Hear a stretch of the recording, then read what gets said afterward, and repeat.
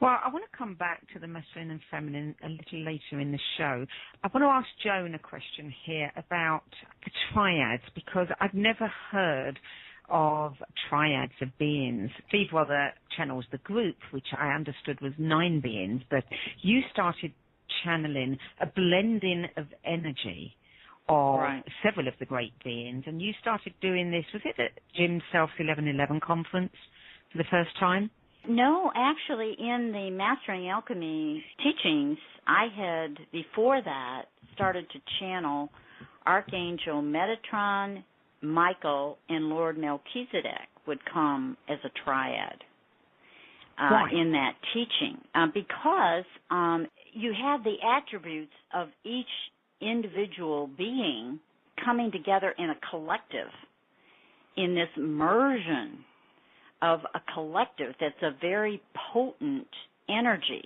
So it's a much larger energetic transmission, even though maybe only one can speak at a time. But the energy of the 3 blending together is it's a huge, potent energy that can be absorbed into the body. The body and the physical world, our earth, resonates to the number 3. And so it's very easy when they come in these triads to come in this very potent, it's like a container of energy that we are able to absorb at a much greater way and expand us in a much bigger degree than we could if they came individually. So what is that like for you? I mean, is it a bigger energy for you to have to deal with? Yes, absolutely. It's a very big energy. And they don't require of me to channel that energy for great lengths of time, because my physical body is in transition out of that 3rd dimensional denseness into a more multidimensional state where that won't affect me. But right now, it's so sometimes foreign to the body, the way the energetics of the body is, that it doesn't draw energy off of it, but it makes me physically tired. What about when you're channeling Mother Mary, Anna, and Mary Magdalene? Because they too come as a triad. As a triad. And what's interesting about them is they haven't been that ubiquitous in a sense. Not many people have really channeled them as much as have been channeling what we regard as the male energy. Right. Tell us about that particular triad. Well, that triad is it's a very potent energy, but it's different because they always come as the expression of the divine feminine. And they have expressed to us that it's important for the presence of the divine feminine, and this is not gender related. It has nothing to do with the gender of the body. It's an energetic component of who we are from a soul spirit level, and that it's important in the physical world for these times of transition for them to come and make their presence known in that divine feminine triad, so that we can get the fullest expression of what that divine feminine is and how it's expressed, and how it opens up the physical realm for the divine masculine to then come forward and work in unity with the divine feminine. It's not one over another or one is better than another. It works as a unit.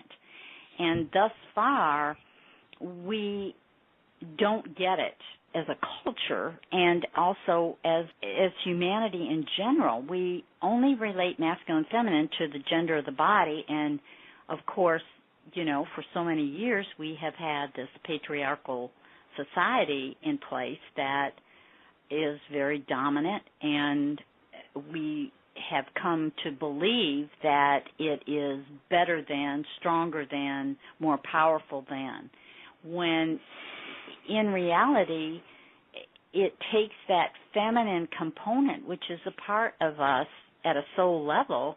We have both aspects, masculine and feminine, and we deny either, a lot of people, I have had women say, well, I have no masculine qualities. I'm pure feminine. Wrong. If they will just step back and look at where they draw their power.